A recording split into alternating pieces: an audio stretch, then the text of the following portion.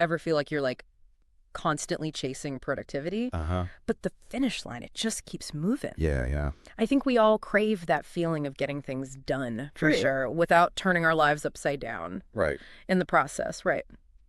So that's why I think this deep dive, we're calling it a productivity power-up. I like it. We've got a killer list of actionable productivity tips, Okay. and you are here to help us unlock their true potential. Let's do it. Let's dive in. Yeah. What I think is really interesting about this approach is that it really, like, cuts through the noise. Uh-huh. A lot of productivity advice out there Right. feels like a whole other job, you Yeah. know? Oh, I know. This is about Oh my gosh. pinpointing those small shifts Okay. that can create a big impact. I love that. And this kind of goes right into, I think, the first tip, which is goal setting. Right. It seems obvious, I think, when you say it out loud. It does. But how many of us actually take the time to set clear goals for our day? Yeah. I know I can get, like, just swept up in trying to clear the inbox. Right. Or just like whatever's Whatever's right in front of me. right in front of your face. Yeah, exactly. And so, yeah, I mean, this source really emphasizes the importance of what they call identifying your key tasks each day. Okay. And I think a good analogy for this is you don't, set out on a road trip without knowing your destination. Right. Right. So your goals are your destination, and these key tasks are the roadmap to get you there. That's such a good analogy. It makes me think about, you mentioned this earlier, the Eisenhower matrix. Can you refresh our memory on that? Absolutely. This is a really great tool, I think, for prioritizing, right? Okay. It's very simple, and that's why I like it. Okay. Because so many of these things are really, when you break them down, they're actually very simple to implement. Right. Right. You categorize tasks based on urgency and importance. So you've got things that are urgent and important. Those are your like must-dos. Those are the things that are like on fire. You have to put them out right now. Right. And then you've got things that are important but not urgent. Okay. And those are your schedule. It's like you want to make time for these. Got it. And then you've got urgent but not important. Okay. Delegate. Delegate. Love it. And then finally, if it's neither urgent nor important, What are we even doing? get it off your list. Yes. Why is that even there? Right.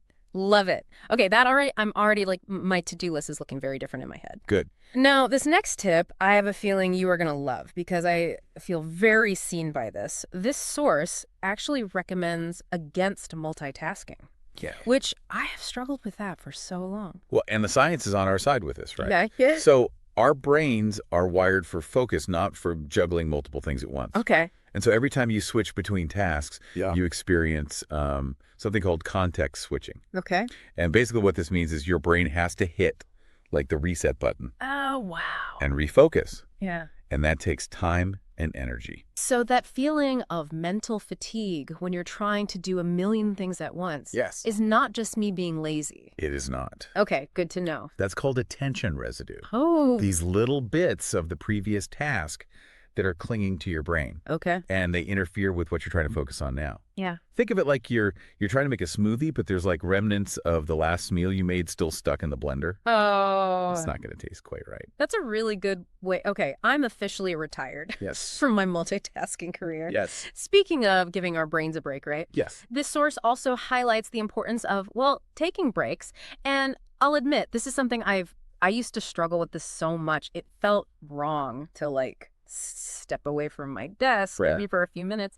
Yeah, you feel guilty. Yes. Oh. I felt so guilty. I was like, I should be working. All right. You're like, oh, I should be being productive right now. Yes, exactly. But here's the thing. I mean, think about your phone.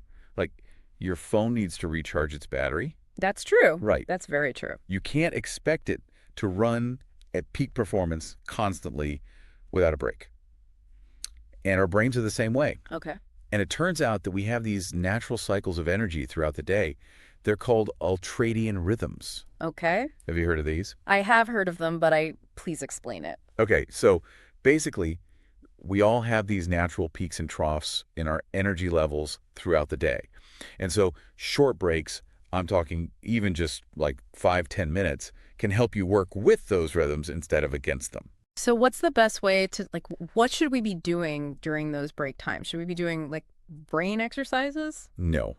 I mean, you can if you want to. Okay. But honestly, I think the best thing you can do is just really disconnect. Okay. Like, stand up, move around, like look at something other than a screen, Okay. because that's a big part of it, right? Right. We're just staring at screens all day. Yeah. So, I like to step outside for a few minutes, get some fresh air. That always does wonders for me. Yeah.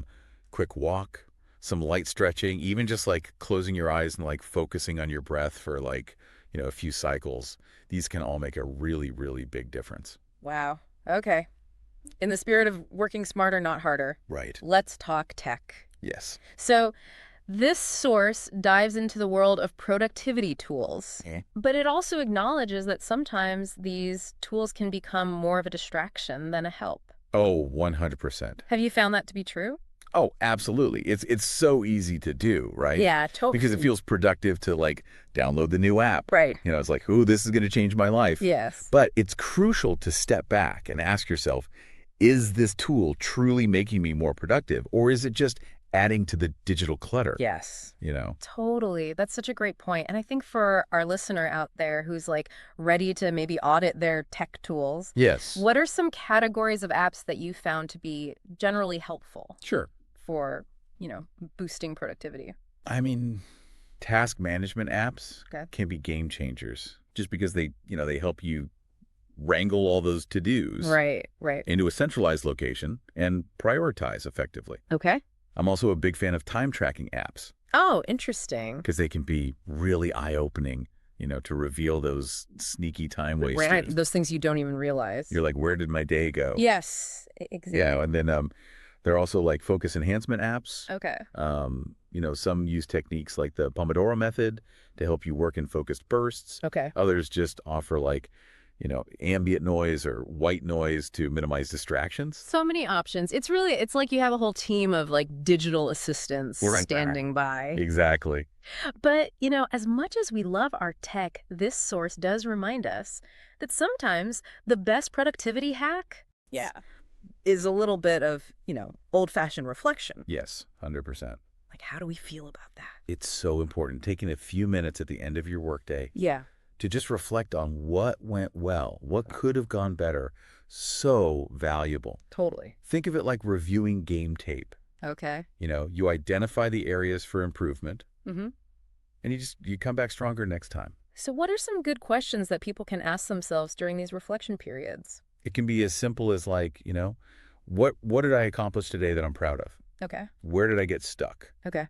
What can I learn from today to have an even more productive tomorrow? Oh, I love that. Right. Yeah. That last one's key because it's about continually refining your approach and just, figuring out what works best for you. It's not just about doing things faster, right? Yeah. It's about doing the right things Exactly. and doing them effectively.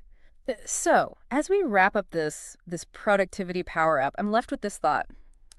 If you had to choose one thing, just one thing from this deep dive to experiment with today, what would it be? What would make the biggest difference in your work life? Yeah. Would love to hear your takeaways. Yes. Until next time, happy optimizing. Happy optimizing.